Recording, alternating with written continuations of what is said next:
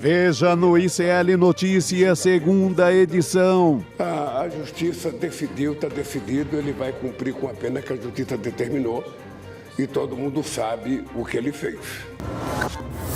Sem trégua para Jair no STF. Primeira turma mantém prisão preventiva de Bolsonaro por unanimidade. Encontro dos desesperados. Após prisão, PL se reúne em Brasília para discutir estratégias e volta a falar em anistia. Enquanto sofre pressão de bolsonaristas, Hugo Mota rompe relações com o líder do PT na Câmara e desgasta a relação com o governo. O ICL Notícias, segunda edição, está no ar.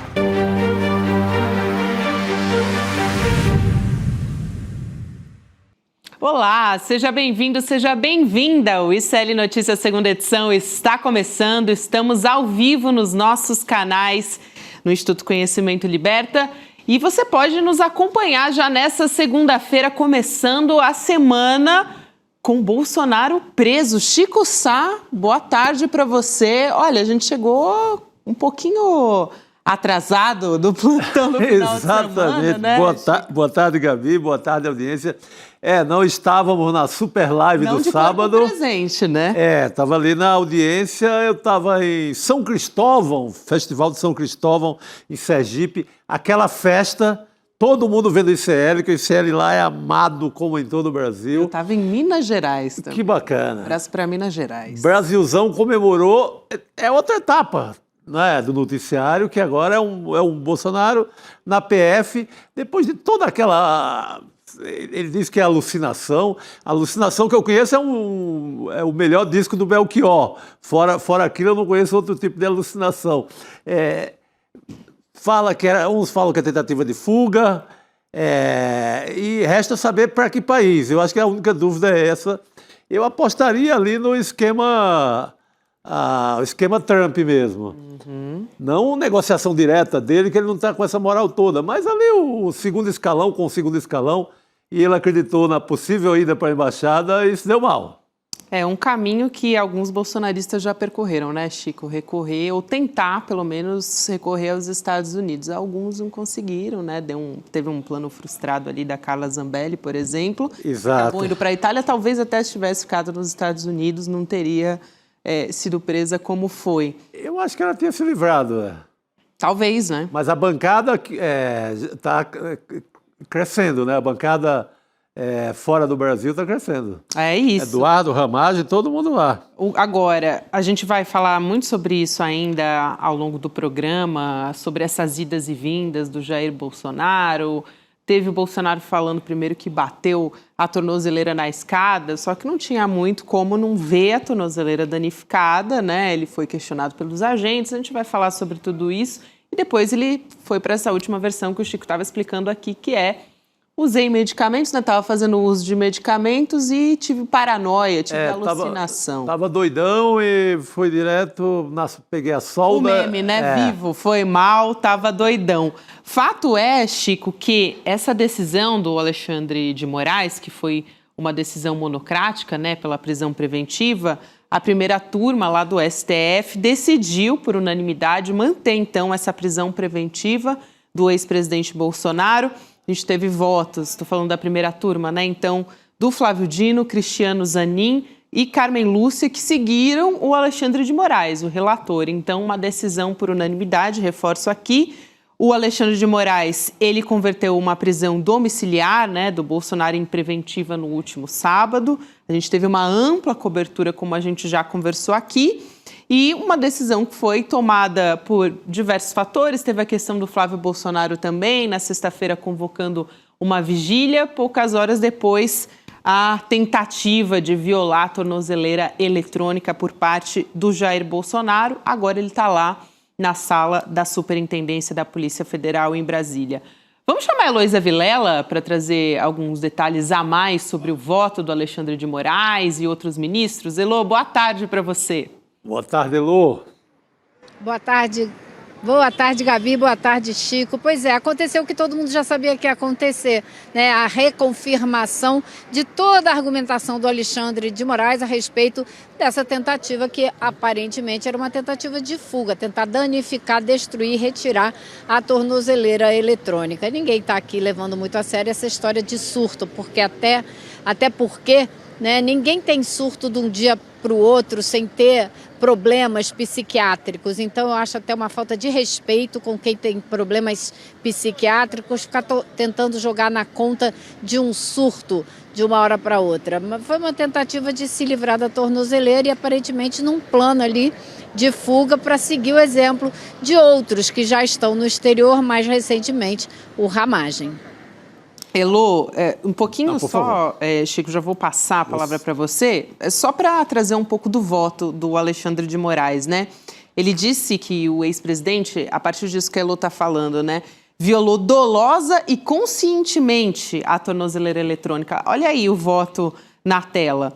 Vou ler um trechinho para vocês. A continuidade no desrespeito às medidas cautelares, entretanto, não cessou. Então, não é de agora.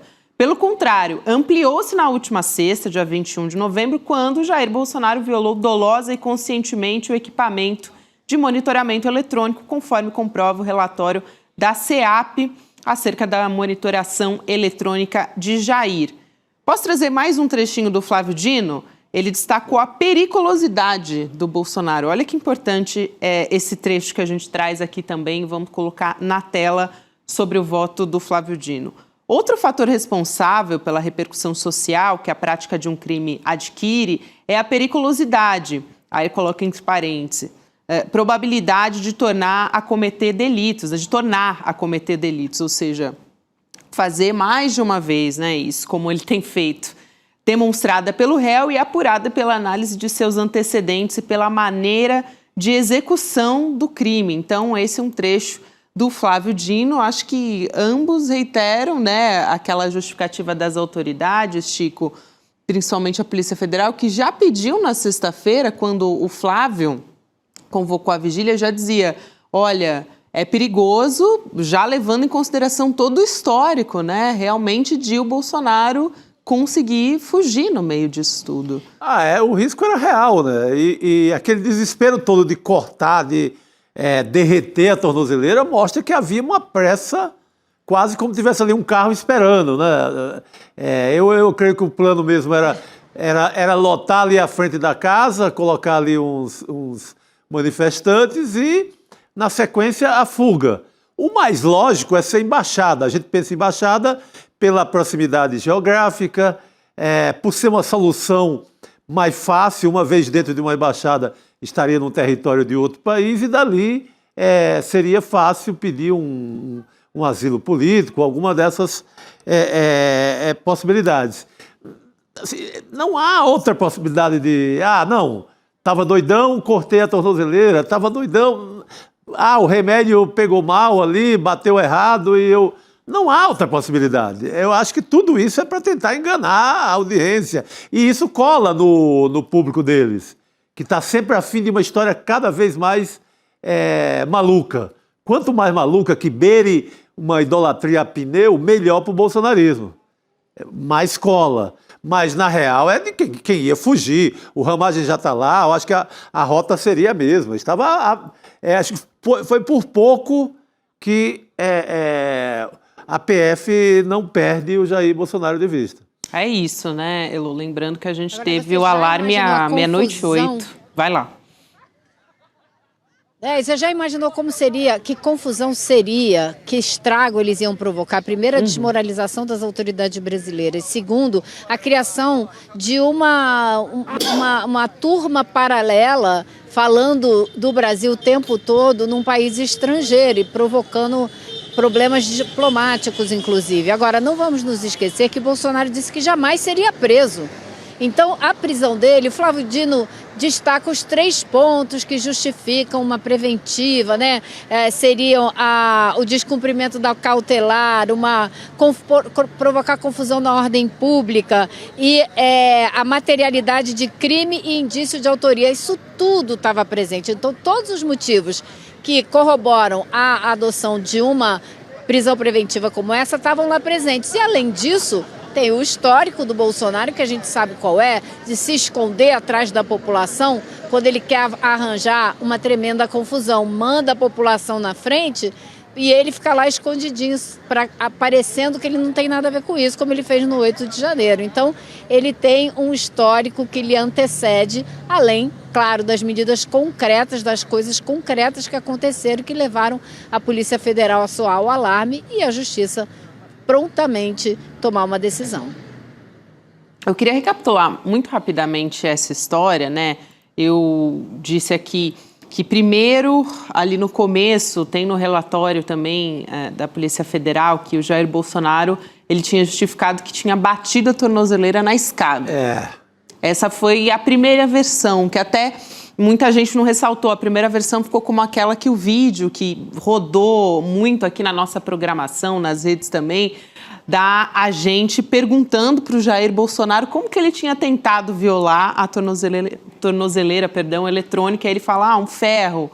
E ela pergunta, como assim, um ferro de passar? E ele, não, um ferro de solda. A gente até tem o trecho dessa fala. Vamos ouvir mais uma vez, porque eu acho que vale a pena para a gente entender o contexto. Vamos lá. Equipamento 85916-5.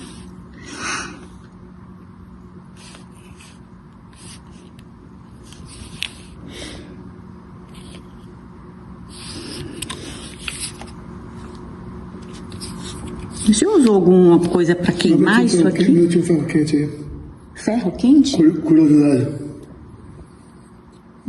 Que ferro foi? Ferro de passar? Não, ferro de solda. Ferro de solda, aquele que tem uma ponta? Sim.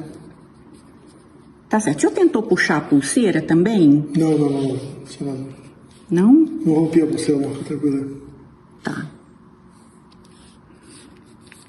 Pulseira aparentemente intacta, mas o case violado. Que horas que o senhor começou a fazer isso, seu Jair?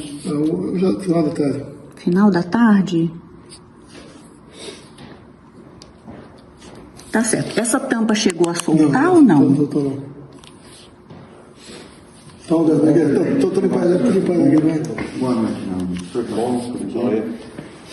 Aliás, ele fala final da tarde, quando ele é questionado, e na audiência de custódia no domingo, ele diz que foi à noite. Isso também é outra coisa para prestar atenção, além daquela questão da alucinação, de certa paranoia, que ele alegou também depois na audiência de custódia. São 5 desculpas diferentes, né? Tava doidão, foi à tarde, foi à noite, e por aí vai. Mas é uma tentativa de fuga. Devia ser honesto, pelo menos nessa hora, e reconhecer o que tentou fazer, queria se mandar escafeder, espirulitar, e use a palavra que quiser, né? Tomar chá de sumiço e por aí vai. Ser honesto, você está pedindo muito, né, Chico? Bom, mas seu Jair, pelo menos uma vez, seu Jair. Não aconteceu nunca, não ia acontecer agora, né? Como eu disse, ele se esconde atrás da população que ele mobiliza, o que é realmente um problema sério, né? E uma população, né, que você pega, claro que não são todos, muita gente já mudou a essa altura, ao longo dos últimos anos, foi sentindo o tamanho da farsa que é esse homem. Mas muita gente ainda em rede social, né, mantém uma defesa delirante, uma defesa para lá de paranoica, acreditando ainda que ele que está pressionado, e uma vez pressionado, não aguenta tanta injustiça. Gente, o cara é um preso, estava sob o benefício da prisão domiciliar, ele não podia romper aquilo, ele sabia que ali ia apitar em algum lugar.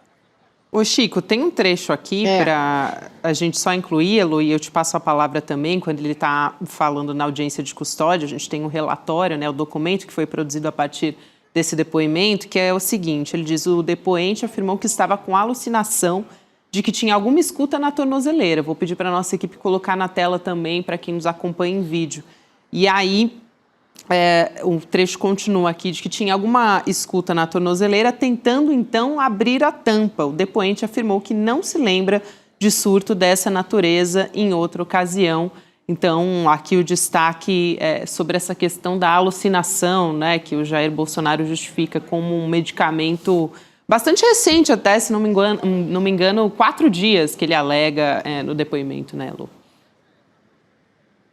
Exatamente. Agora, Gabi, isso a gente vem dizendo que isso pode ter atrapalhado muito as intenções do Bolsonaro de cumprir essa pena por conta da tentativa de golpe em casa. Porém, eu acabei de ter aqui uma informação de que existe uma grande articulação pesadíssima acontecendo nos bastidores de Brasília para que ele faça justamente isso, para que ele cumpra a pena dos 27 anos e 3 meses em casa, com medidas mais duras, tipo não poder receber ninguém que não seja da família, uma domiciliar mais pesada.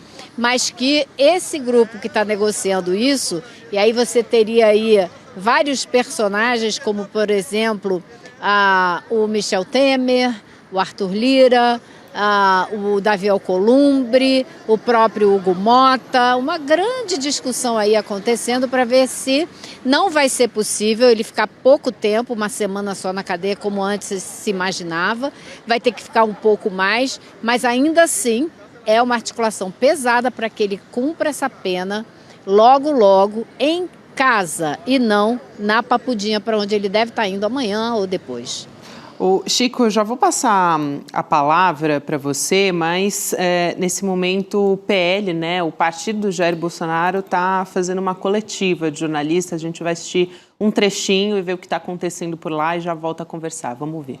Candidato, o que é lamentável. Lamentável porque eu não sei até quando haverá essa espécie de procuração que é dada, né, por uma parte ao Alexandre de Moraes, para ele continuar fazendo o que está fazendo. Isso tem que ter um limite em algum momento, né? E a gente agora tem essa cabeça, esse foco, que o nosso objetivo único agora é a anistia.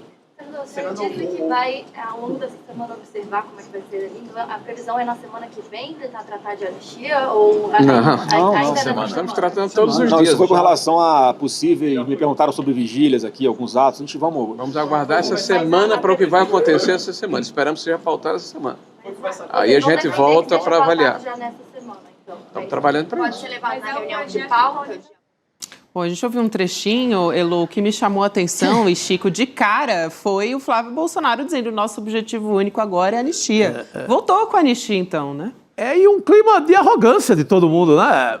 Não, estamos trabalhando, não sei o quê. Gente, e ataque ao Alexandre de Moraes, o cara mete um ferro numa tornozeleira, que era uma, digamos assim, um benefício que a justiça dava para ficar em casa. Olha, você fica em casa, mas fica com essa tornozeleira, até porque realmente há a possibilidade de fuga, porque os sinais que vêm dessa família são esses. O filho já está por lá, o Ramagem já está por lá também, que é outro grande aliado. O natural é que o Xandão, o Supremo, ficasse de olho, porque a fuga é uma realidade no mundo da frouxidão do bolsonarismo. Mas eles falam agora na coletiva com ar de arrogância. O Marinho lá, senador pelo Rio Grande do Norte, falando com uma arrogância, meu Deus do céu. O Rogério Marinho, né? O Rogério Marinho. Chico, eu acho que a gente tem que olhar para isso assim, eu acho que não é arrogância, está disfarçada de arrogância, mas é desespero, porque a gente não viu nenhuma mobilização popular como eles achavam que haveria no dia que Bolsonaro fosse preso.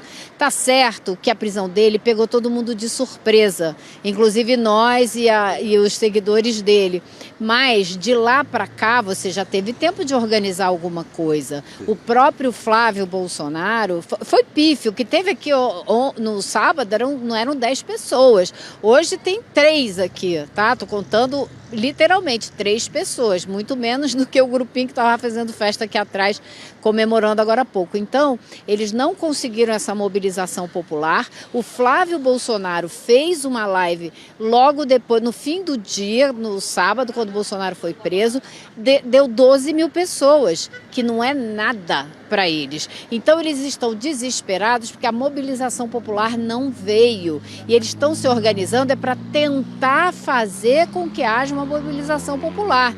Eles estão discutindo com advogados do Bolsonaro se fazer uma vigília aqui na frente da PF traria mais problemas e mais complicações para o Bolsonaro. Eles não têm certeza. Então eles estão planejando várias coisas e no Congresso vão brigar por essa tão falada e que não foi a lugar nenhum, né, essa anistia. Mas existe uma situação de conflagração no Congresso hoje, que pode abrir brecha para, por pirraça, uma proposta dessa ser colocada em votação. Então, tem muitas peças se mexendo, mas eu acho que o principal ponto que vai contra eles é a ausência de manifestação, de mobilização pública em favor do Bolsonaro. O Chico, chamando a atenção para algumas pessoas que a gente viu nessa coletiva, dava para ver ali o Sóstenes Cavalcante, também o Flávio Bolsonaro, como você disse também o Rogério Marinho, eles dois, né, o Rogério Marinho e o Flávio Bolsonaro, no momento que a gente transmitiu rapidamente ali a fala da coletiva, eles estavam na linha de frente. Mas essa reunião aconteceu quase que às pressas. Agora a gente está vendo aí mais uma vez, né? Essa imagem que eu comentei está acontecendo ao vivo agora também. A gente tem mais um ministro bolsonarista ali atrás, né? Atrás do Flávio Bolsonaro. Se eu não me engano, agora que eu comentei, o Flávio Bolsonaro entrou bem na frente dele. Mas... o que foi da educação, né? O pastor... Exato. E daqui a pouquinho a gente traz aqui, vou checar o nome dele e trago para vocês também. Mas, enfim, a gente tem ali um momento de reunião, né, como a Elô ressaltou, e acho que muito bem, do desespero logo depois da prisão, né? Então, o Milton Ribeiro, Ricardo Gouveia, aqui na nossa equipe, que trouxe a lembrança, estava logo atrás do Flávio Bolsonaro.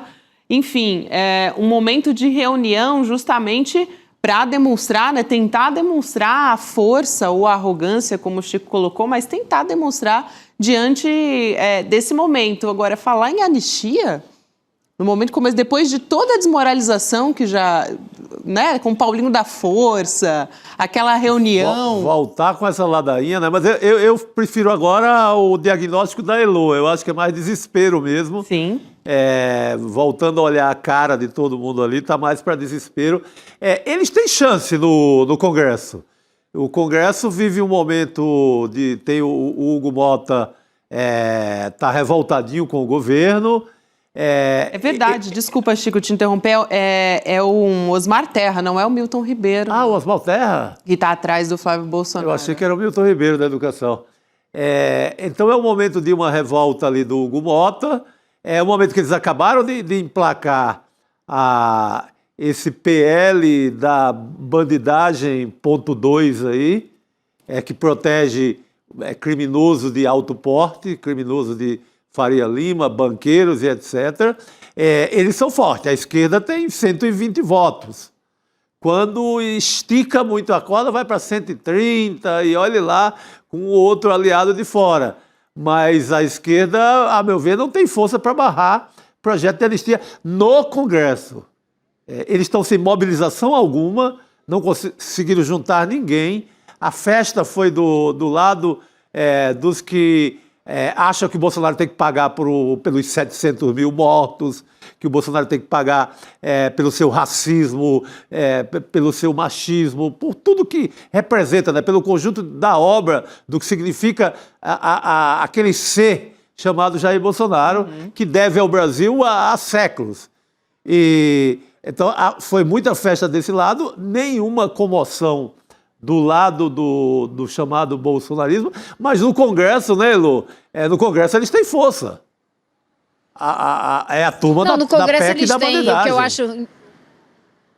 Sim, mas o que eu acho importante é que eles andam muito pressionados pela opinião pública, nas redes sociais, inclusive. Então, a gente está vendo agora uma briga aberta entre o presidente da Câmara, Hugo Mota, e o líder do PT na Câmara, Lindbergh Farias. O Hugo Mota deu uma entrevista dizendo que está rompido com o Lindbergh, que não aceita a maneira como ele está defendendo as pautas do governo. E o Lindbergh respondeu dizendo que ficou impressionado com a imaturidade do Hugo Mota, porque ele, Lindbergh, tem as posições mais conhecidas daquela Câmara, que ele não surpreende ninguém, porque tudo que ele faz, todo mundo já sabe com antecedência, porque todo mundo sabe o que ele defende.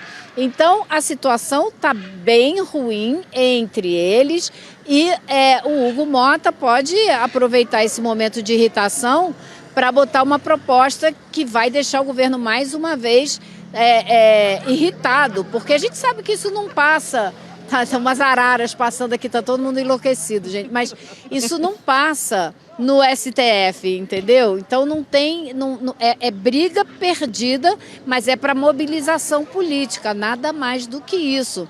E no Senado a gente tem o Davi Alcolumbre irritadinho também, porque o presidente escolheu o Jorge Messias para a vaga do Supremo e ele queria que fosse o Pacheco.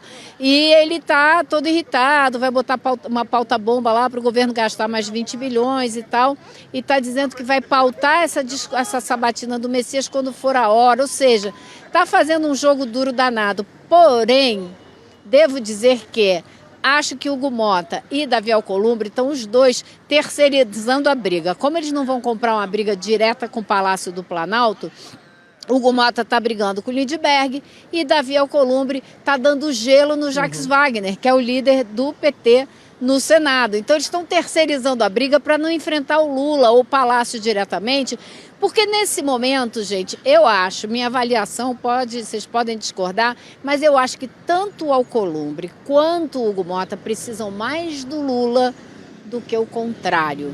Então, vamos ver qual vai ser o clima, qual vai ser a temperatura na quarta-feira de manhã, porque vai haver uma grande cerimônia no Palácio do Planalto para o Lula sancionar aquela lei do imposto de renda. Sim. Ele vai sancionar isso quarta-feira de manhã e todos esses personagens que eu mencionei estarão presentes, serão convidados.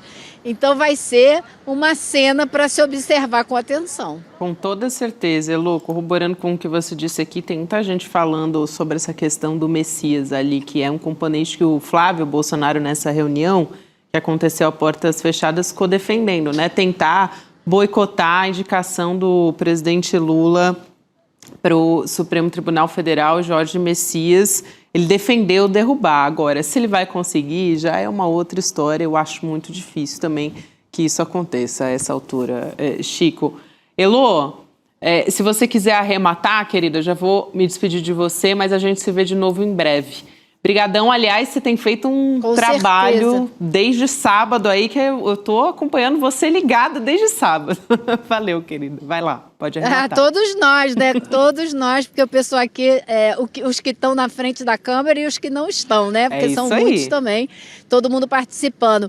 Mas eu acho que você tem razão, acho que vai ser difícil derrubar essa indicação do presidente Lula, do Jorge Messias, até porque muitos conservadores no Senado o veem com muitos bons olhos. E ele foi um cara que trabalhou muito no Senado, então ele tem excelentes relações. E os dois ministros mais conservadores do Supremo, o Cássio Nunes e o André Mendonça, também apoiam a candidatura dele. Então, eu acho que ele tem muita chance, pode ser que o processo seja um pouco mais demorado do que se esperava. É isso aí, Elô. Um beijo, minha querida. Bom trabalho para você aí em Brasília. A gente se vê amanhã. Um beijão.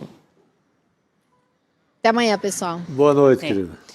Bom, a gente justamente segue falando sobre isso aqui ao longo do programa, mas antes disso, é só checar aqui com o nosso querido Ricardo Gouveia se já teremos Rodrigo Viana agora. Opa, reforço no time. Antes disso, a gente vai conversar com o pastor Ismael Lopes. Já tivemos um spoiler aqui na tela. É um prazer te receber, o pastor que é teólogo, membro da Frente de Evangélicos pelo Estado de Direito. Já vou também trazer o contexto aqui, porque o pastor Ismael Lopes viralizou. Acho que muita gente aqui que está nos acompanhando na nossa audiência viu nesse final de semana que ele se infiltrou ali num ato bolsonarista, estava na cara do Flávio Bolsonaro e defendeu que o Jair Bolsonaro responda pelos crimes da pandemia. Foi agredido. Pastor, uma boa noite para o senhor. É um prazer te receber aqui. Que coragem, hein, pastor? Boa noite, gente. Muito obrigado pelo convite. E é isso, eu tive um ato inicialmente não planejado, né? A ideia, a princípio, não era fazer uma fala no evento, mas acabou ocorrendo. Eu fui, na verdade, para fazer mais uma galhofa, assim, gravar um videozinho ali de fora, dar uma brincada sobre o número de pessoas que estavam lá, mas enfim, as coisas acabaram correndo e aconteceu, e acho que o saldo é positivo. Pastor, o senhor acabou tocando numa questão muito importante durante aquela fala ali no meio dos bolsonaristas, que é um fenômeno na igreja evangélica hoje, você ter muitas denominações entregues à política e longe da questão espiritual. Uhum. Aquele ponto eu acho que acaba chamando a atenção e mexendo um pouco com a cabeça dos próprios bolsonaristas, porque é uma realidade, não é isso? Existe uma instrumentalização da fé para uma política partidária, né? Eu particularmente parto do princípio de que a fé ela é política, mas política no sentido de desenhar uma visão de mundo, um projeto de sociedade que deveria ser justo, acolhedor para todas e todos. O que não é o caso nessa política de extrema-direita. É uma instrumentalização a partir de uma perspectiva moral falsa, e para levar a boa-fé das pessoas para o ralo, né? Se aproveitar da boa-fé de gente crente, gente honesta, mas que se é alguém falando em nome de Deus, como você contraria? Essa que é a questão. Como que alguém de fé contraria o que Deus está orientando? Então, esse uso deveria ser criminoso, inclusive, é o que eu defendo. Pastor, eu queria te ouvir também sobre o contexto em que tudo aconteceu, né? Como é que foi essa participação, em qual contexto que isso se deu, como é que você acabou indo parar ali? E também se em algum momento você sentiu algum receio, né? Porque realmente a situação, a gente viu que chegou a sair do controle, mas poderia ter escalado de uma maneira que a gente não consegue controlar, né? Então eu imagino como é que foi para você, queria um pouco te ouvir sobre como que foi nesse momento estar ali, né? O que você sentiu medo, se achou que poderia escalar? Eu tenho repetido isso, né? Medo a gente tem, mas não usa. Então como eu disse, a princípio eu ia fazer só uma piada lá, não no microfone, né? Mas eu comecei a ouvir as orações, ouvir as reflexões, o uso dos textos bíblicos, e aí eu fiquei bravo mesmo. E aí eu fui em direção para ver se eu conseguia a fala, falei, agora eu vou falar nesse negócio. E aí falei com o rapaz da segurança, ele pediu que eu falasse diretamente com o Flávio. Aí eu fui até o Flávio, pedi a palavra, ele acenou com a cabeça, assim, e aí quando terminou a reflexão principal da noite, o pastor que falaria depois não estava presente, ele faltou. E aí eu fui encaixado nesse buraco da programação deles, e aí fiz a reflexão em Eclesiastes 10. Muito bom. Pastor, como é que o senhor avalia o cenário, né? O cenário, já que estamos falando de política e religião, qual o cenário que o senhor projeta para 2026 em relação a preferências eleitorais? Porque a gente escuta muito falar nos Silas Malafaias da vida, nos pastores das mega igrejas, e esquece daquelas igrejas da periferia, as igrejas menores. Como é que o senhor faz uma projeção, já que é inevitável essa participação política da igreja no Brasil? Como é que você vê o cenário para o próximo ano? A esquerda continua muito em minoria no segmento dos evangélicos, ou isso vem mudando? Eu acho que isso tem uma certa mudança, mas ainda seremos minoritários no próximo ano, que é quando o nosso trabalho nessas iniciativas, nesse diálogo, se torna muito importante. Mas o que acontece? Existe uma falha, que eu acho que inclusive é uma falha da direita e que a gente repete, que é achar que o grupo evangélico é homogêneo, e ele não é, ele é muito diverso. Então, essa diversidade abre um espaço para que a gente apresente. E o povo evangélico não é só evangélico. O povo evangélico tem raça, tem gênero, tem classe social, tem categoria de trabalho. Então a gente precisa entrar nessas similaridades com o nosso campo, que é uma experiência que eu estou tendo agora. Inclusive, muita gente identificada com a direita me procurando mais curioso do que para me atacar. E a gente tem conversado, eu tenho visto que é gente, e aí eu sempre busco essa similaridade, né? Falo, você não trabalha? Você não é classe trabalhadora? O que você acha desse tipo de política? Ele, eu concordo. Então, essa é uma política da esquerda. Por que você não apoia a gente? Então, eu tenho buscado esse caminho e eu acho que é uma saída para nós. Eu, muito rapidamente, pastor, aqui a gente tem recebido muitas mensagens, né, da nossa audiência, enquanto o senhor está aqui junto com a gente, falando sobre, ressaltando a sua coragem diante do que aconteceu, mas eu te pergunto como é que tem sido a reação disso, se você tem recebido mensagens de apoio, se foi também procurado por bolsonaristas, enfim, como é que foi depois da viralização do vídeo? Eu recebi, a última vez que eu olhei, eu tinha mais de 12 mil solicitações de mensagem.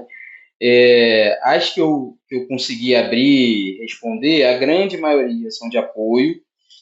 Tem essa parcela de gente que não é alinhada politicamente, mas que está curiosa e tal, e faz as perguntas, mas também tem os ataques. Aí tem ataques dos mais diversos, mas eu não recebi nenhuma ameaça objetiva. Eu estou tomando os devidos cuidados, sabe? Tenho, enfim, me assegurado de não me expor demais, pelo menos nesse momento, mas é isso. Assim, acho que vai ser inevitável que os ataques venham, porque é a forma como eles trabalham. E não sobrou mais nada para o bolsonarismo a não ser o apelo religioso, porque se você usar Deus não tem como contrariar. E eu acabei atacando justamente o último trunfo que eles têm. Eu quero muito agradecer a sua presença aqui, recomendo também a leitura no nosso site, a gente tem uma entrevista com o Ismael Lopes também, falando a respeito desse assunto. Muito obrigada pela sua presença aqui no N2, foi um prazer te receber, Ismael. Eu que agradeço o convite, gente, sigam na luta, no trabalho, vamos juntos. Um grande Obrigado, abraço. pastor, até mais. A gente continua por aqui, Chico, falando nessa atitude que foi realmente muito corajosa, como está ressaltando a nossa comunidade, a nossa audiência aqui. Porque é um perigo físico mesmo, né? Claro. Você corre o perigo de ser linchado. Mas eu acho que a gente precisa desse tipo de gente corajosa, né? Porque ele ali, o pastor, em 5 minutos, ele destrói ali um bocado de clichês, de mitos, né? Falando na cara do filho do Bolsonaro o que deve ser falado. Fica difícil perdoar um cara que ria, que fazia piada das mortes durante a pandemia. Então, tudo que o pastor falou é absoluta verdade. É isso. E, bom, eu acho que vale a pena a gente fazer uma conexão aqui. Todos os dias a gente traz uma análise com base no conhecimento, né, no pensamento crítico, que é uma estreia que a gente tem essa semana num curso de pós-graduação aqui do ICL, Chico. Então, a gente coloca aqui, traz essa lembrança para quem está nos acompanhando, que a gente tem a nossa primeira pós-graduação em Teoria Crítica da Sociedade. Aliás, é a primeira pós no Brasil em Teoria Crítica da Sociedade, né? Então, a gente tem professores como o Vladimir Safatli, tem a Márcia Tiburi, o Elias Jabbour, tem também a Nancy Fraser, eu acho que vale sempre ressaltar aqui. Nossa, esse é o nomão da parada, né? É isso, uma inspiração para muita gente, a Nancy Fraser, a professora. Vai ser no dia 27 de novembro, que é quinta-feira agora, 8 horas da noite, então vai lá em icln2.com.br, aqui a gente está com o endereço do ICL Urgente na tela, mas tem o do N2, o icln2.com.br, para você acessar e poder ter acesso às condições especiais. Agora sim, a gente está com o endereço aqui embaixo. Você também pode apontar, se você estiver assistindo pela televisão, você pode apontar o seu celular para a tela aqui do lado e você vai ter acesso ao mesmo link que está aí na tela e aí pode ter acesso a um produto do ICL, né, com condições mais especiais. Se você for aluno, tem mais ainda. Então, vale muito a pena. Que bacana. Não, vale muito. Os nomes, você falou do professor Elias Jabbour, ele deu uma surra democrática, uma surra política na semana passada em um debate com o Pablo Marçal. E eu creio que é um nome importante para as eleições do próximo ano, que também acho que será candidato a deputado federal. Então, essa é uma grande chance de pensar e aprender a pensar, porque às vezes aprender a pensar, isso é muito bom. Chico. Às vezes precisa método, né? E quem estuda, quem tem a crítica assim como atividade permanente, tem dicas espetaculares. Eu vou entrar nessa. Boa, vamos entrar nessa. Então, aliás, tem um recado do Eduardo Moreira aqui para a gente assistir. Vamos lá. Imagina juntar Nancy Fraser, uma das maiores intelectuais do planeta, com Álvaro Lineira, ex-vice-presidente da Bolívia, com Elias Jabbour, com Gessé Souza, com Vladimir Safatli e com alguns dos maiores intelectuais vivos do planeta para ensinar uma pós-graduação de um curso que nunca foi dado no Brasil, que vai ser oferecido por um preço quase que simbólico para as pessoas. É o ICL fazendo história novamente. Dia 27 de novembro, eu vou anunciar para vocês todos os detalhes da nossa pós-graduação, Teoria Crítica da Sociedade. Pela primeira vez esse curso no Brasil, um curso que é muito demandado fora do país e que até hoje não tinha sido oferecido aqui. A gente resolveu oferecer só com os melhores professores do mundo para vocês. Te espero dia 27.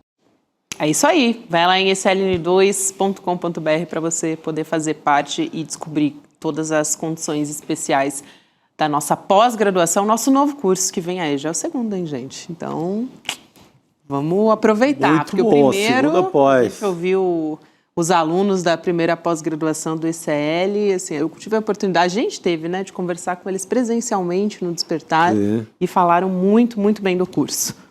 Vamos trazer o Rodrigo Viana, que se materializou aqui na nossa mesa redonda. O homem trabalhou muito no sábado. Foi isso, Você viu que a gente até chamou o ICL urgente, aí você se materializou. Já vim correndo. Agora, o Pastor Ismael é um sucesso aqui no chat, viu? Todo mundo louvando ali a coragem, né? Não é fácil você entrar ali no meio da nata do bolsonarismo e dizer uma verdade daquela que ele disse. E eles demoram para perceber. Demoram. É porque eles estavam todos distraídos fazendo selfie. Eu vi a imagem de cima, fazendo selfie, não sei o quê. E tem um que arregala o olho assim. Opa, ele tá falando para prender o Bolsonaro, né? Prender o Bolsonaro, para ele pagar pelos crimes da pandemia. Aí eu começo a empurrar ele. O Flávio até um pouco mais tranquilo, mas tem alguns que vão para cima dele. Ele leva um chute, inclusive, né? Até a imagem mostra, ele leva um chute na barriga e tal. Mas se saiu bem, acho que cumpriu um papel ali, né? De trazer verdade para um lugar onde eles estavam só chorando pelo Bolsonaro. E o bolsonarismo não tem compaixão com ninguém e agora quer a compaixão dos outros, né? Impressionante. É impressionante e acho que sempre vale realmente ressaltar essa questão da pandemia, né? Porque é um assunto, assim, que é gravíssimo e muitas vezes se perde, claro, que é muito grave a trama golpista, mas a pandemia também é um assunto gravíssimo e é uma condenação que não veio, né? Ele nunca respondeu. Você viu, assim, nas manifestações no Brasil inteiro, todo mundo lembra daquele parente que perdeu. Todo mundo. Perdeu o pai, perdeu a mãe, perdeu a avó por conta da vacina que não veio. E mais, assim, aquela cara do Bolsonaro imitando uma pessoa morrendo ali sem oxigênio. Aquilo foi muito cruel. Então, mesmo que a prisão não seja por isso, que deveria ser também, a pessoa se sente um pouco vingada, acha que existe justiça. Sim. Não é? Porque aquela imagem, aquilo é muito pesado. Quem perdeu alguém não esquece nunca. Aquelas imagens dos drones, né, Chico e Rodrigo também, eu nunca vou esquecer das covas. Das covas abertas nos cemitérios. Porque as pessoas estavam sendo enterradas quase que... assim, sistematicamente, foi um período... algumas gerações estão marcadas por isso tudo que aconteceu no mundo, né? Mas aqui no Brasil, com requintes de crueldade, porque o governante do Brasil, além da situação, a situação já era dramática em si, mas ele acrescentou uma dose talvez de sadismo até, né? Não foi só o atraso das vacinas, mas também as piadas, tudo. Né? Realmente requinte de crueldade. Requinte de crueldade, total. Posso trazer uma outra informação, que na verdade a Heloísa Vilela já trouxe aqui para a gente, mas para a gente poder discutir aqui uma questão assim, que reforça muito o que está acontecendo ali na queda, né, que a Câmara dos Deputados tem travado com o governo, de alguma maneira se reflete nisso também, que é Hugo Motta dizendo hoje, em entrevista à Folha de São Paulo, que rompeu as relações com o líder do PT, o deputado Lindenberg Farias, Elô, falou a respeito disso, vou trazer um trechinho da fala do Hugo Mota, que ele disse não tem mais interesse em manter nenhum tipo de relação com o deputado Lindbergh Farias.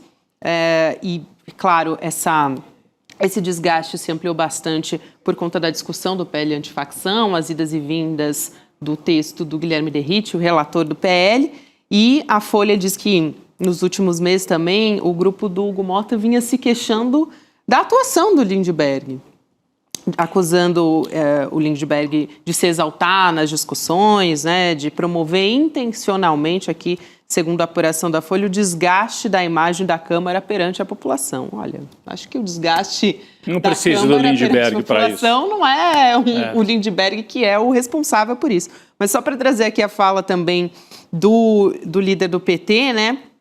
Ele disse que essa declaração do Hugo Mota é imatura e que a política não se faz como clube de amigos. E que o Hugo Mota também, ele ressaltou isso, agiu na surdina para derrubar pautas importantes para o governo. Algo que a gente vem conversando muito aqui no N2, né, Rodrigo? Eu estava vendo a deputada Maria do Rosário, que aliás fez aniversário no dia da prisão do Jair Bolsonaro, né? Ela que foi tão maltratada, atacada pelo Jair Bolsonaro. Mas a Maria do Rosário traz uma questão importante. Ela diz... Hugo Mota, Chico, ele não é líder de um outro partido, ele é o presidente da casa. Não existe isso, o presidente da casa, o presidente de um poder, dizer eu estou rompendo relações com você, que é um dos atores principais daquele poder. É que nem o Lula dizer estou rompendo relações com um determinado partido, o presidente da República. Então, é descabido. Se fosse o Sóstenes do PL dizer rompi relações, não falo mais com o Lindbergh, aí são duas forças. Mesmo assim já seria estranho, porque eles têm que conversar. O parlamento é para falar, né? É para conversar. Agora, o presidente da Câmara dizer que um partido que tem 70 deputados não vai mais falar com o líder, rompeu relações com o líder, eu nunca vi isso. Eu não me lembro de um presidente da Câmara tomar uma atitude dessa. De fato, é imaturo, mostra que ele está muito abaixo, inclusive, de Eduardo Cunha e de Arthur Lira. Eduardo Cunha e Arthur Lira eram truculentos, são ainda, porque permanecem agindo, mas não iam dar uma bandeira dessa, porque isso aqui passa um recibo de imaturidade, realmente. E pegue a atitude do Hugo Mota, essa emboscada que ele faz, pega um projeto original do governo, esse projeto da área de segurança, e ele entrega a um secretário do Tarcísio de Freitas, um secretário que pede licença para ir relatar esse projeto. Gente, que moral esse presidente da Câmara tem para falar nesse tom? Eu acho curioso, Chico, que ele está rompendo com o Lindbergh Farias, né? Mas quando aquele grupo bolsonarista não deixou nem sequer ele sentar na Câmara da Presidência, ele não rompeu com ninguém. Muito Seguiu bem lembrado, Gabi. Bem lembrado. Muito bem lembrado. Ele está rompendo com o Lindbergh, que o máximo que faz é fazer discurso duro, que cabe a um líder, crítica. Agora, a extrema-direita impediu o Hugo Mota de sentar, humilhou o Hugo Mota. Ele não rompeu. Mobilização completa. Ele não rompe com o Zé Trovão, não rompeu com o Van Hatten, não rompeu com nenhum daqueles baderneiros que foram lá para. Aliás, alguns nem estiveram ali no Conselho de Ética, né? Então, que o Hugo Mota, enfim, poderia também ter levado, né, outros parlamentares que fizeram parte, que a gente viu nas imagens, não é nem que, né, uma apuração, mas a gente viu as imagens de tudo que aconteceu. Mas mostra que ele faz uma escolha, né? Isso. Hoje, na entrevista do Zé Dirceu de manhã, ele também chamava atenção para um fato, né? Quando a gente vê esses personagens que são tidos como de centro ou de centro-direita, fazendo a escolha, ele falou: Gilberto Kassab se solidarizar com o Bolsonaro tentando arrancar a tornozeleira, isso mostra que os setores que se dizem da direita democrática não bandearam para a extrema-direita. Sim, preocupação nenhuma. Nenhuma, porque eles sabem que ou eles fazem isso ou eles vão ser atropelados pela extrema-direita, como já foram. Então, eles estão no meio de uma operação de tentar agradar a extrema-direita para tentar ficar com os votos da extrema-direita. Não sei se vai dar certo. Acho que o Flávio ainda vai tentar empunhar a bandeira da extrema-direita e puxar para o lado deles. Aliás, Rodrigo, falando em Flávio, e Chico também agora... Flávio Bolsonaro, né? O Flávio Bolsonaro. A gente trouxe as imagens agora há pouco da coletiva do PL, né, do Partido Liberal. O Flávio, o senador, ele disse agora há pouco nessa coletiva para os jornalistas que ele vai fazer uma mobilização, ressaltei isso aqui também, pela votação do projeto de anistia, mais uma vez. Vamos voltar para isso. Só que agora sem dosimetria para os envolvidos nos atos do... Sem Paulinho da Força. De janeiro. Isso. Puro. Agora é só para o Bolsonaro, não é mais para para a turma inteira, só para o Bolsonaro. Vamos assistir o trechinho da fala Opa. do Flávio e a gente volta a conversar Boa, a respeito vamos lá. desse assunto. Vamos lá. Hoje a gente acabou de ter uma reunião muito importante para redirecionar a oposição no Congresso Nacional e saímos daqui com a voz uníssona que o nosso objetivo único a partir desse momento é a aprovação do projeto de lei de anistia na Câmara dos Deputados e entendo êxito na sequência, obviamente, no Senado Federal. Não abrimos mão de buscar isentar dessas punições absurdas que estão sendo impostas a pessoas inocentes, ainda mais depois desse último ato, essa decisão de tirar o presidente Bolsonaro da prisão domiciliar com base na intolerância religiosa. Aliás, eles convocaram essa reunião também com a presença dos advogados do Jair Bolsonaro para entender juridicamente o que poderia ser a alternativa depois da prisão do Bolsonaro. Então, a gente ouvindo aí a fala do Flávio Bolsonaro, desenterrando mais uma vez. A gente fica sendo assombrado por esse PL da anistia, né? Está chegando o fim do ano, não sei se eles vão conseguir mais alguma coisa, um chorinho final agora. Eu creio que não. Na mesma fala do Flávio Bolsonaro, já apela para a religião, ele já dá a prisão do pai como intolerância religiosa. Pelo que eu sei, Bolsonaro não é religioso coisa alguma. Nada. Nunca vi ele nem para um lado nem para outro. Ele finge de evangélico durante a eleição. Na reta final, vai na missa. Ele tenta ir em Aparecida, às vezes não consegue. Então, ele finge que é qualquer coisa, assim como ele veste camisa de 20 clubes de futebol ao mesmo tempo. Ele é flamenguista, ele é palmeirense, ele é botafoguense, ele é Avaí, ele é de todo mundo. Jair, né? O Jair. Então, a mesma coisa é ele com religião, mas agora ele está tentando emplacar, ver o que o Flávio fala aí. Que ele está à prisão agora por uma intolerância religiosa, porque é uma tentativa desesperada de pegar as igrejas e levar esse povo das igrejas para fazer vigília, porque ele sabe que fora o rebanho lá do Malafaia vai ser difícil. Vai ser difícil. Olha, eu falei um pouco sobre isso no ICL Urgente, mas pelo que a gente viu de imagens sábado e domingo, se depender de mobilização popular, o Bolsonaro esquece, não tem por onde ir. Então, o que eles... Me parece que vai cair a ficha. O Flávio Bolsonaro, nessa coletiva, eu estava vendo o resumo aqui, também disse que vai tomar decisões racionais mirando para 2026. Será que tomar decisões racionais é fazer uma frente de direita, da extrema-direita, com o Tarcísio, com o Ratinho? O que ele está chamando de medidas racionais, né? Hoje, eu acho que o mais provável realmente é uma candidatura da família sair, Chico, que está ficando cada vez mais claro pelas postagens deles, pelas declarações, que eles consideram que o Jair está isolado, está traído, inclusive, pela direita, então que eles precisam manter a bandeira do bolsonarismo viva, mesmo que seja para perder. Então, ficam falando de anistia, talvez não seja para agora, não é para agora. O Jair vai ter que ir para a cadeia, falam em anistia, para daqui 2, 3 anos, não sei, tentar esse assunto ir ganhando força, acumulando forças, para tentar mais para frente uma anistia. Mas me parece, assim, com uma cara danada de que o Flávio Bolsonaro é o candidato da família e que vai haver concorrência com candidatos também da direita tradicional. O Ratinho, não sei se o Zema, algum desses ainda sairia também. Mas é bom para a gente observar, além do fato de Valdemar Costa Neto, não estava na coletiva, né? Que é o presidente do partido. Cadê o presidente do partido? Isso é curioso, né? Ele se preservou. Ele se guardou, porque eu acho que o Valdemar não tem máquina de solda na casa dele. Não, então ele botou a cara. Pô, eu não quero tornozeleira. Eu não tenho solda depois para tirar a tornozeleira, o Valdemar. E o Valdemar já foi em cana várias vezes. Acho que não vai querer arriscar mais. É freguês, já. Não vai querer arriscar mais. Mas chama atenção, porque quem estava ali do lado do Flávio, se a gente puder botar a imagem sem som, né? De novo, olha ali, ó. Então você tem o Rogério Marinho, o Sóstenes, a linha dura, né? O deputado Caveira ali do lado direito, esse de barba,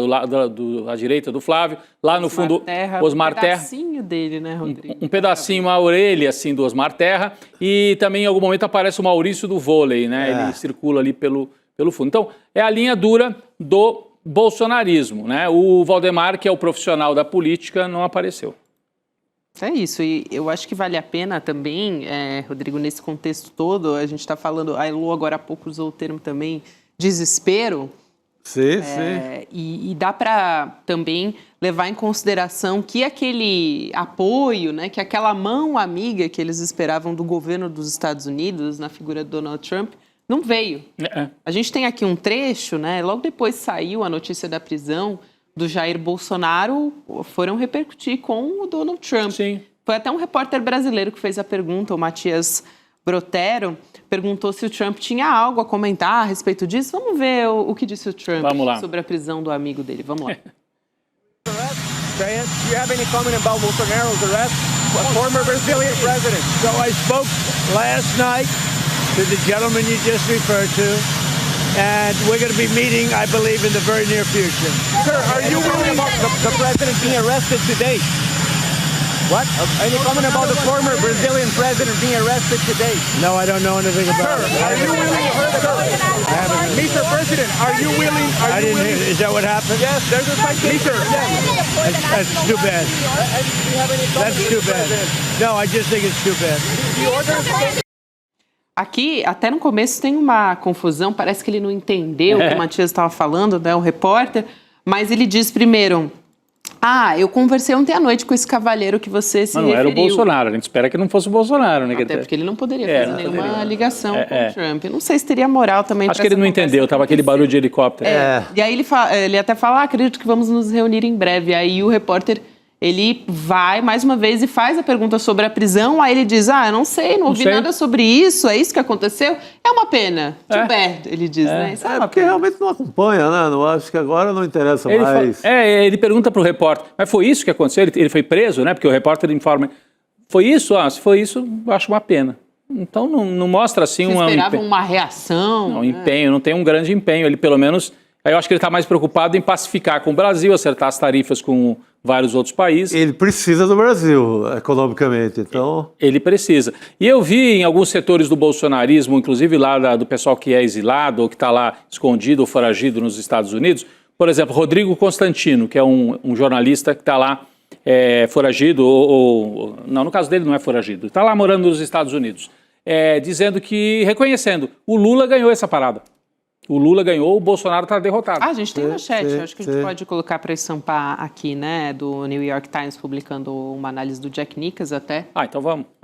O Brasil desafiou o Trump e venceu. Essa é a manchete, o título do New York Times. Então o Rodrigo Constantino está nessa linha, aí, apesar de ser bolsonarista. Mas olha a manchete aí, Gabi. Isso, é a manchete, uma análise do Jack Nicholson, que é um correspondente do Brasil no New York Times. E o título é esse que eu citei agora. O Brasil desafiou Trump e venceu. Você está vendo aí na sua tela em inglês e falando sobre essa mudança, né, completa, radical na postura do Trump em relação ao Brasil, em relação também ao Jair Bolsonaro, porque o Trump tirou essas tarifas, né, que foram impostas. Enfim, a gente vai falando muito sobre isso aqui.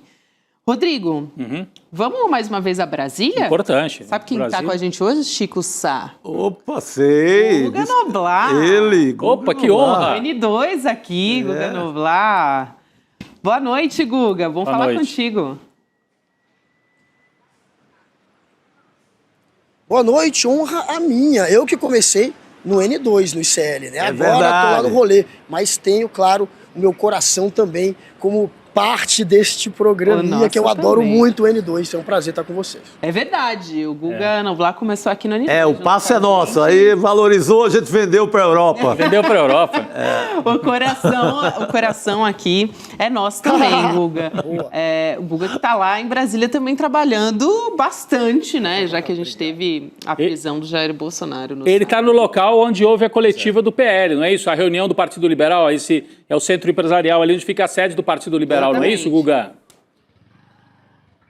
Exatamente. Tem alguém aí, Guga? Pois aliás? De frente para o posto onde começou a história da Lava Jato.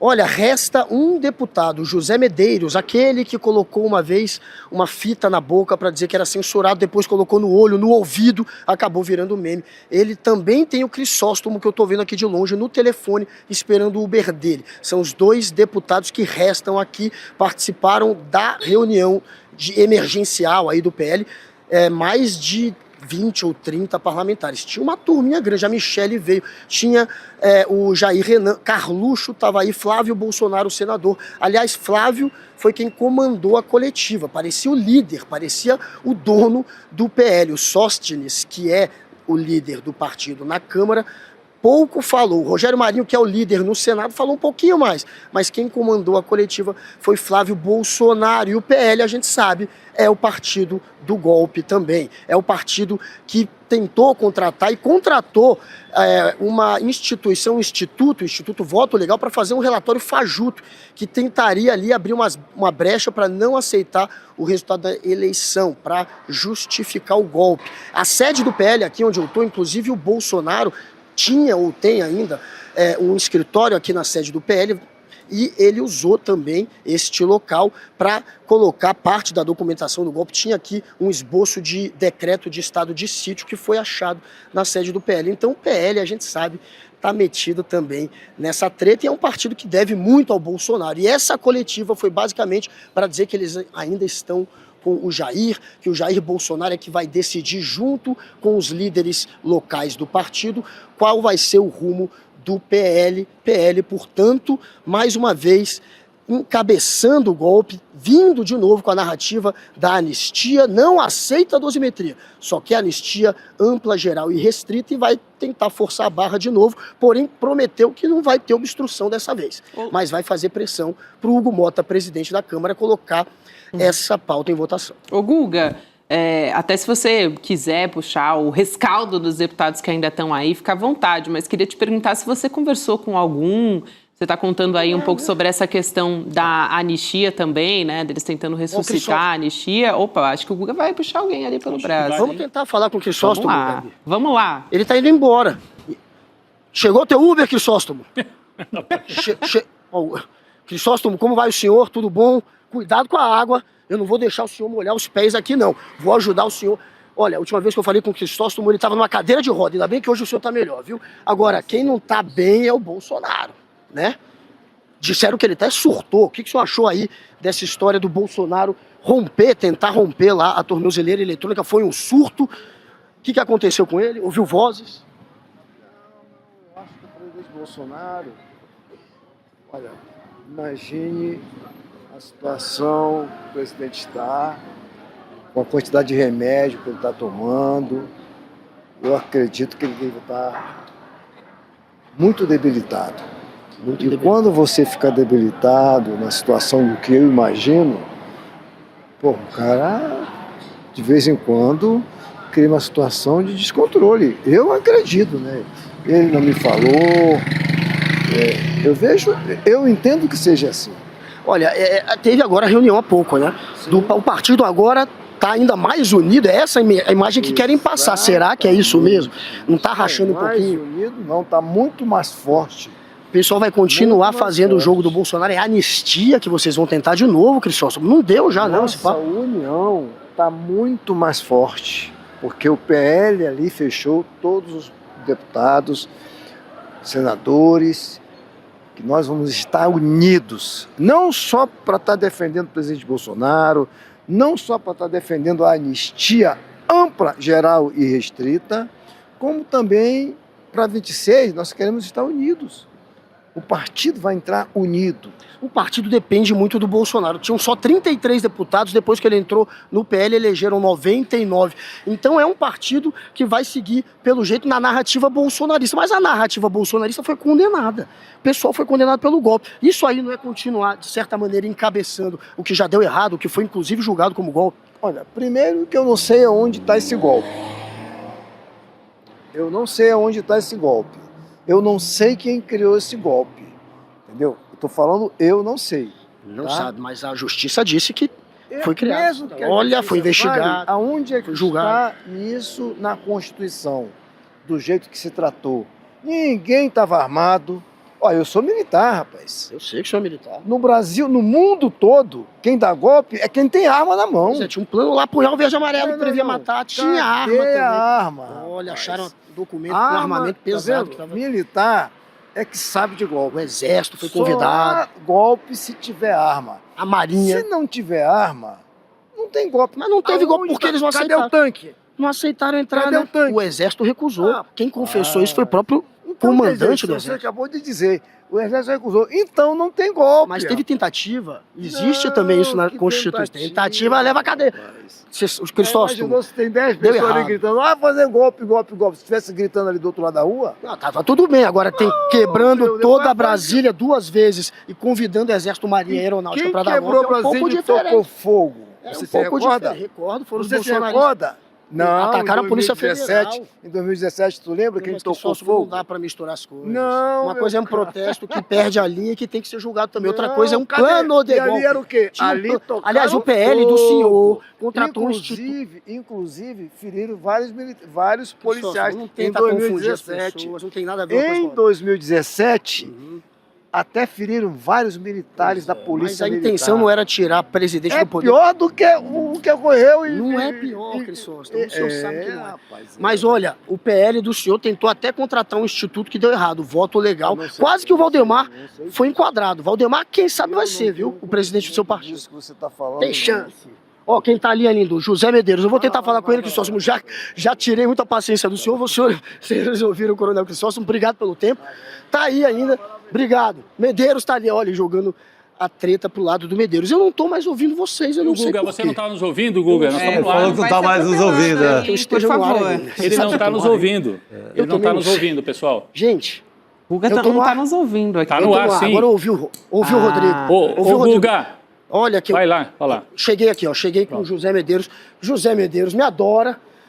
Tá no ar. José Medeiros, deputado pelo Mato Grosso, Mato Grosso do Sul, né, para não errar. Ele, que já foi senador e que hoje é um dos bolsonaristas raiz, digamos assim, do PL.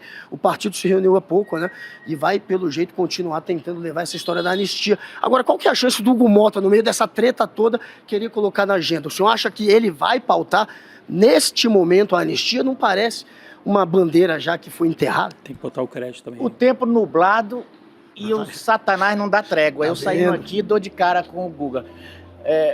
Na verdade é o seguinte, nós fizemos aqui uma reunião hoje sobre o tema, evidentemente, esse absurdo institucional que aconteceu no Brasil, com a prisão do presidente Jair Bolsonaro, e nós estamos evidentemente conversando para que esse tema da anistia seja pautado e estamos com expectativa de que o Congresso possa votar e a gente acabar com essa doidice que está, com essa insanidade jurídica que está acontecendo. Mas vai obstruir dessa vez? Não. O senhor colocou censura, colocou esparadrapo no rosto, vai ter isso de novo? Não. O que acontece? Nós tomamos uma decisão aqui de agir com a máxima consonância com os líderes do partido. Então nós vamos... Qualquer decisão vai ser decidida antes. E aí tá Flávio, tá Valdemar, tá todo mundo ali.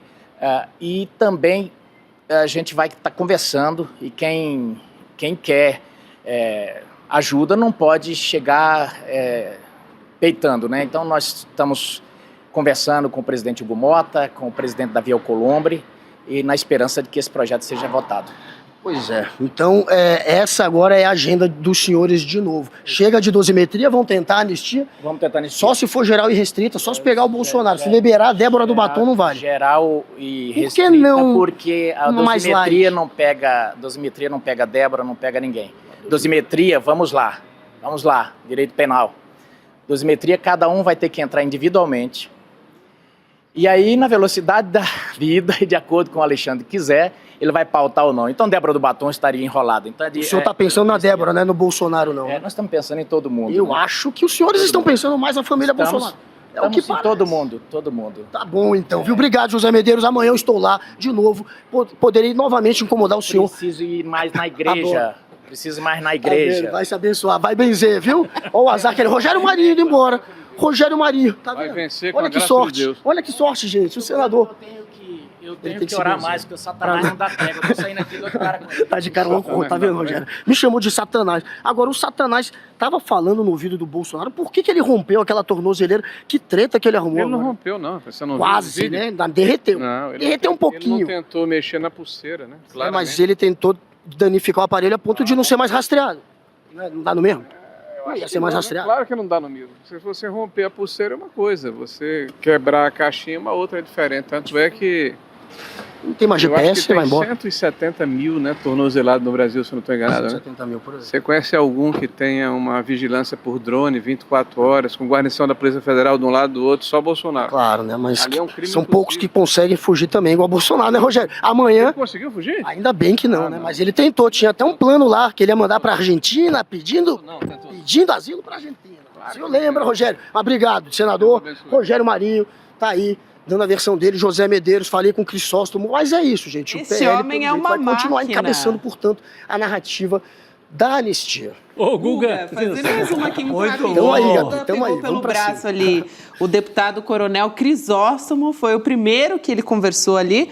Aliás, só para esclarecer aqui que a gente não está fazendo propaganda de filé de tilápia. Filé de tilápia, nem do tinha uma posto placa Ipiranga. do lado, sensacional. Mas chamando a atenção aqui para uma fala do Crisóstomo, né, do deputado, dizendo a quantidade de remédio que o presidente, né, ele chamou o Bolsonaro de presidente, ex-presidente, está tomando, eu acredito que ele está muito debilitado. Então, muito talvez debilitado. Uma união do discurso sobre essa fragilidade da saúde do Bolsonaro, que pode vir depois a pedir mais uma vez a prisão domiciliar. Depois veio o José Medeiros, ali, o deputado que o Guga conversava agora há pouco, né, dizendo que olha, só para a gente prestar atenção nos discursos, e eu vou passar a palavra para vocês também, Chico e Rodrigo, para destacarem, mas ele dizendo, a gente não pode chegar peitando o Hugo Mota, a gente está na esperança do projeto ser votado, falando ali da anistia. Para fechar, o Guga puxou muito rapidinho ali o senador Rogério Marinho também, e estava naquela questão ali, não tentou romper, não tentou romper a tornozeleira, foi só a caixinha. Mexer na caixinha, ele queria brincar. É uma coisa, quebrar a caixinha é outra. Quebrar a caixinha é outra coisa, mas Guga, você atravessou a rua, entrou no posto Piranga, né, porque fez uma homenagem aí ao Paulo Guedes, e depois entrevistou o Crisóstomo na frente da placa. É o posto da Lava Jato. É o posto da Lava Jato, no filé de tilápia, oferecimento filés de tilápia. Aí, não foi combinado, hein? Não foi, não. Mas foi sensacional, uma entrevista. Deu vontade, essa tilápia ali. Máquina, né? Essa tilápia ali por 39 deve ser boa, viu? R$39. Deve ser melhor do que o discurso da anistia do PL. Imagina. Não é? Agora, não, é muita cara de pau, né? O Rogério... O Rogério Marinho, né, Guga, falando de... Não, só mexeu na caixinha, parece... Não, aquela criança só brincou com a caixinha, não queria mesmo... Pô, mas foi ótimo, para pegar a temperatura e a gente ter a voz desses personagens. Eles estão perdidos, me parece, né? Estão tentando buscar um discurso, mas... não tinha ninguém com algum discurso mais forte, né? O Crisóstomo, principalmente, me pareceu bastante abatido. Me pareceram perdidos, sem um discurso. Se era para unificar discurso, pelo que a gente viu aí, não tem discurso unificado. Um fala que ele está doente. Agora, como é que ele vai se lançar candidato? Eles insistem, o Bolsonaro é o candidato único. Doente, abatido, falando, conversando, escutando vozes dentro da tornozeleira. Não tem como. Né? Se a minha tornozeleira falasse, é mais ou menos esse ponto que está o Jair Bolsonaro, né, Gabi? Ô, Guga, a gente vai se despedir de você, meu querido. Obrigada pelo seu excelente trabalho de sempre aqui no N2. A gente estava com saudade, pode voltar sempre, viu? Valeu, Guga. Muito bom, Guga. Valeu. Obrigado. Quando vocês quiserem, estamos juntos. Sempre. Valeu. Estamos juntos sempre, Pô, Guga, vamos lá.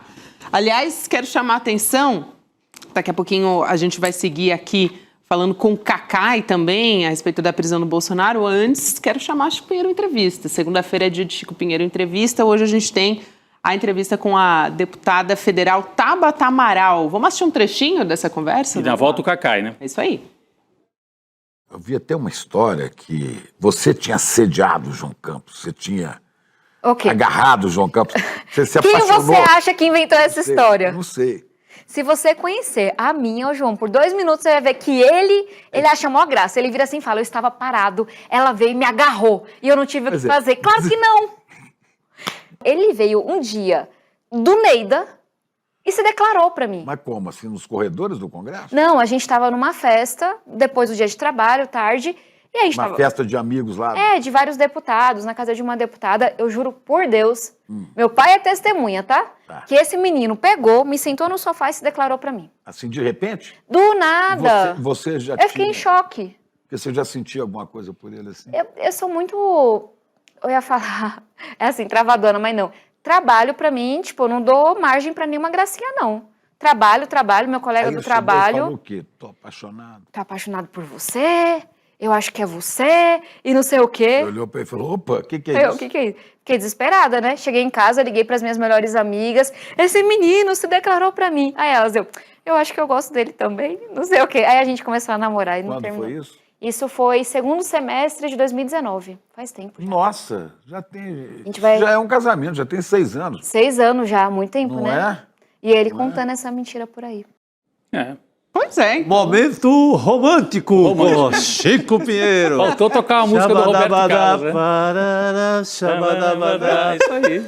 Muito bom, Chico. Segue o programa muito depois. Bom, muito bom. Guga Noblar entrevistando o Crisóstomo na frente da placa da tilápia. É ouro, hein? É ouro, e depois a Tabata explicando como é que começou a namorar. Começou a se relacionar com o João Campos. Com o João Campos. Prefeito do Recife. E o Chico Pinheiro estava interessadíssimo na história. Acho que ele esqueceu a política e queria saber. Conta mais, fala mais. Ah, é? E quem se interessou primeiro? O Chico com aquele olhar assim. Mas eu sei que a entrevista tem muito sobre o perfil dela e muito da política nacional daqui a pouquinho. Né? É excelente. Então, essa era só a parte mais leve ali, porque também a gente precisa, né? Claro, a gente precisa.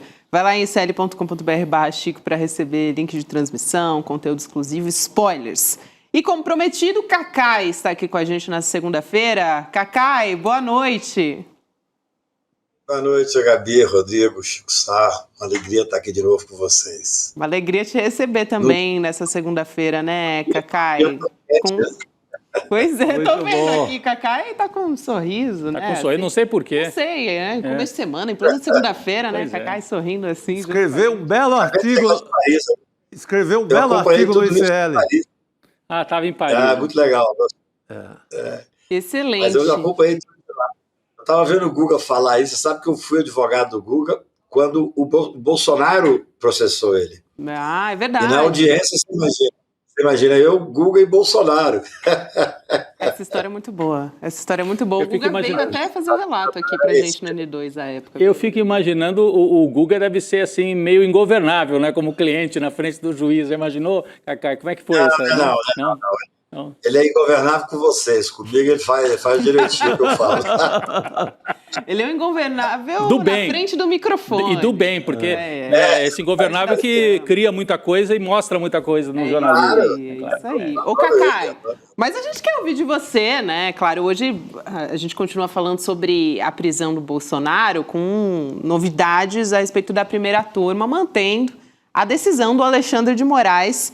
Então, Jair Bolsonaro continua preso preventivamente, decisão unânime. Quero te ouvir sobre também o voto, né, de cada um dos ministros, falas ali, claro, escritas, na verdade, né, do ministro Alexandre de Moraes, do Flávio Dino, bastante firmes e muito contundentes, e corroborando com o que a gente já ouviu da própria Polícia Federal no sábado, falando sobre o risco de fuga, né? Quando saiu a notícia, a primeira notícia saiu da questão da vigília, eu fiquei preocupado, para ser sincero com vocês, porque eu não achava que tinha fundamento. A primeira coisa que eu fiz foi conseguir acesso à decisão. A decisão é muito bem amarrada, ela é muito técnica. O ministro Alexandre, eu até tenho comentado que o ministro Alexandre, para tomar essa decisão, ele já tinha feito antes a prisão domiciliar. Ele, naquele momento que teve a prisão domiciliar, que a gente tem que fazer, vocês sabem, mas tem gente que ainda confunde, nós estamos falando do processo de obstrução de justiça. No processo em que ele está condenado definitivamente, que é o da tentativa de golpe, vai transitar em julgado essa semana e provavelmente ele vai para a Papuda. Mas neste, é correto ele ir para a Superintendência da Polícia Federal. Quando eu li a decisão, é muito bem amarrada a decisão. Ela faz um modus operandi da organização criminosa. E as pessoas fogem. O Ramagem acabou de ter a prisão decretada porque fugiu para os Estados Unidos. E ainda lá dos Estados Unidos deu entrevista dizendo que lá ele está seguro, que ele tem o governo do lado dele. É um povo muito atrevido, entendeu? Você for ver a decisão do ministro Alexandre, que é o que norteia, evidentemente, a turma, nesse caso, como relator, ela deixa muito claro não só a gravíssima questão da tornozeleira eletrônica, que não é pouca coisa, eu fico impressionado de ver como tem gente que ainda quer, de alguma forma, não dar valor a isso, é muitíssimo grave mesmo, como também todo esse modus operandi da quadrilha, né? Então, gente, quando você está respondendo a uma ação de obstrução de justiça, qualquer estudante de direito vira para o cliente e fala o seguinte: olha, a ação que você está respondendo, a investigação, é de obstrução de justiça. Então, tudo que você não pode fazer é fazer qualquer movimento de obstrução de justiça. Porque, na verdade, essa tentativa de fuga, tentativa de quebrar, quebrou, de certa forma, a tornozeleira, isso é também uma obstrução de justiça. Então, assim, é muita disfarçatez com o Poder Judiciário você ter a coragem de descumprir cautelares num processo que já é sobre obstrução de justiça. Então, a decisão é irretocável, não tem muita saída. Eu acho que isso aí, de certa forma, diminui muitíssimo, tecnicamente falando, a possibilidade de uma prisão domiciliar. Diminui muito. Porque agora, essa semana, deve transitar em julgado. Você viu, né, Cacá, e o deputado que o Guga ouviu falando, ele deve estar muito debilitado, fazendo uso de medicamentos, né? Eu acho que já caminhando para essa questão, né, que você apontou, né, da saúde. É o direito dele, né? Assim, eu tenho feito um trabalho, já falei aqui com vocês, tenho escrito artigo. Se você tiver direito, tem que ser dado a ele o direito. Agora, nós vamos fazer um mutirão no Brasil inteiro, porque tem dezenas, milhares de pessoas em situação pior que a dele e que não estão indo por prisão domiciliar. Nós temos 180 mil tornozeleiros no Brasil, mas o montante de presos do Brasil ainda é catastrófico, né? Agora, eu até comentei com vocês, eu recebi, alguém escutou eu falando isso aqui e conseguiu mandar para mim, eu vou mandar para vocês, uma conversa do Valdemar Costa Neto na frente da casa do Bolsonaro, em que ele fala, tá muito mal, tá abatido. Aí um repórter pergunta para ele, então, se ele voltar a ser elegível, ele não tem condição de candidatar? Não, claro que tem. Aí ele melhora. Aí ele sabe. Ele melhora. É uma coisa... É uma cara de pau absurda. Ô, Cacá, mas eu ia te perguntar, você falou deve transitar em julgado esta semana, né? Porque uma coisa é a decisão de hoje, que é a confirmação da preventiva, por unanimidade, ok. Hoje também termina o prazo, meia-noite. Meia-noite de hoje termina o prazo para os embargos, né, se eles fossem apresentar. Então, essa semana transitaria em julgado. E você faria uma aposta hoje de que ele se manter, vai cumprir a pena inicialmente na Polícia Federal, onde ele já está, ou ele iria realmente para o Complexo da Papuda? Qual que seria a sua impressão, a sua aposta hoje? Do meu ponto de vista, não tem nenhuma condição de ele cumprir a Polícia Federal. A Superintendência da Polícia Federal, hoje falei, inclusive, com pessoas da Polícia Federal, eles estão tensos com o Bolsonaro lá, porque você tem todo um movimento externo, você tem todo um risco de pessoas que estão indo, muitas visitas e tal. E, além disso, gente, é diferente quando você está numa prisão cautelar, que é a prisão preventiva, que ele está agora num outro processo, obstrução de justiça. O ex-presidente da República, no meu ponto de vista, deve ser recolhido, sim, à Polícia Federal. Ainda assim, tem pessoas importantes da Polícia Federal que acham que não deveria estar lá, mas eu acho que é correto. Agora, transitando em julgado o processo de tentativa de golpe, e o que está acontecendo? O Supremo tem consolidado isso.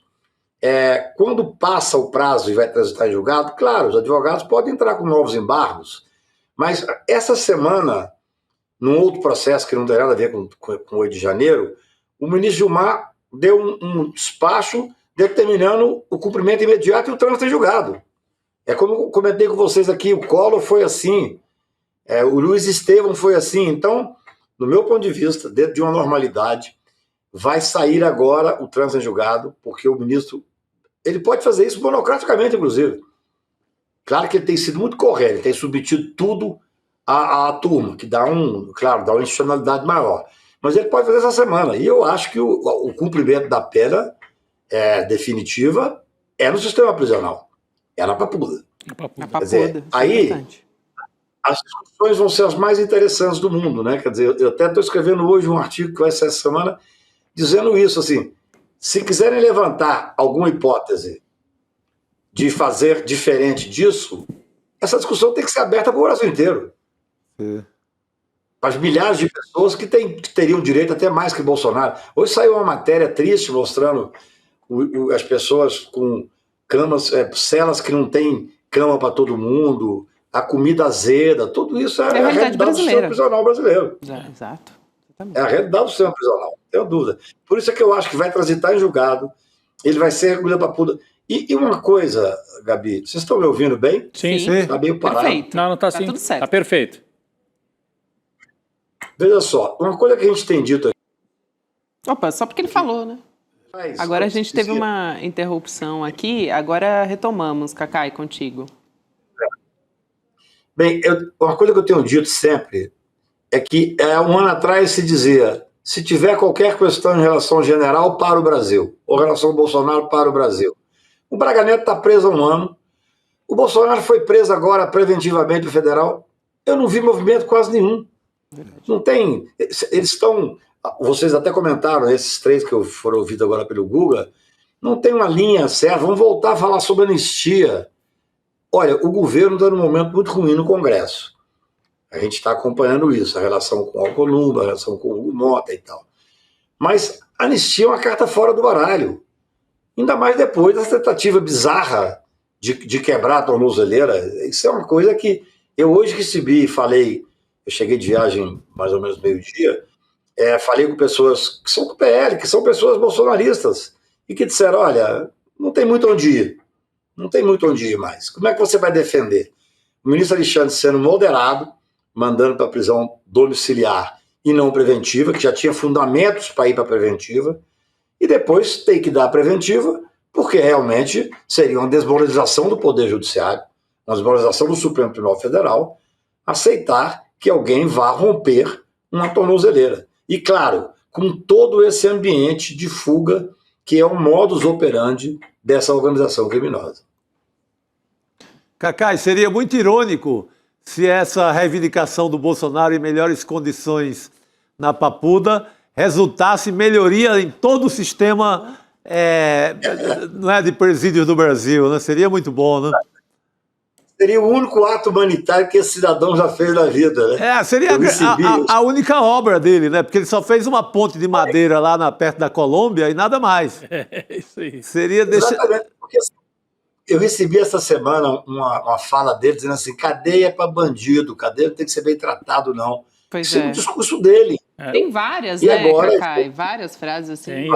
E os filhos louvando o sistema Bukele. Exatamente, acabaram de fazer turismo lá, turismo carcerário em El Salvador. Se alguém rompe uma tornozeleira em El Salvador nesse esquema do Bukele, passa uns 3 anos na solitária. Assim, então, eles têm que escolher de que lado que eles estão, né?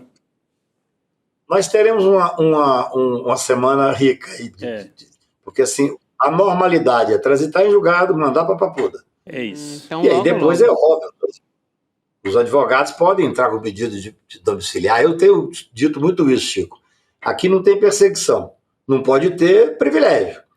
Se ele tem direito, nós vamos discutir isso dia e noite dos milhares e milhares que deverão ter direito. Perfeito. É isso, não Cacai. tem outra saída. Muito bom. Muito bom a gente ter você com a gente nessa segunda-feira, Cacai, logo depois da prisão que aconteceu nesse sábado. Um prazer te receber mais uma vez, querido. Valeu. Obrigado, um abraço. Boa noite, querido.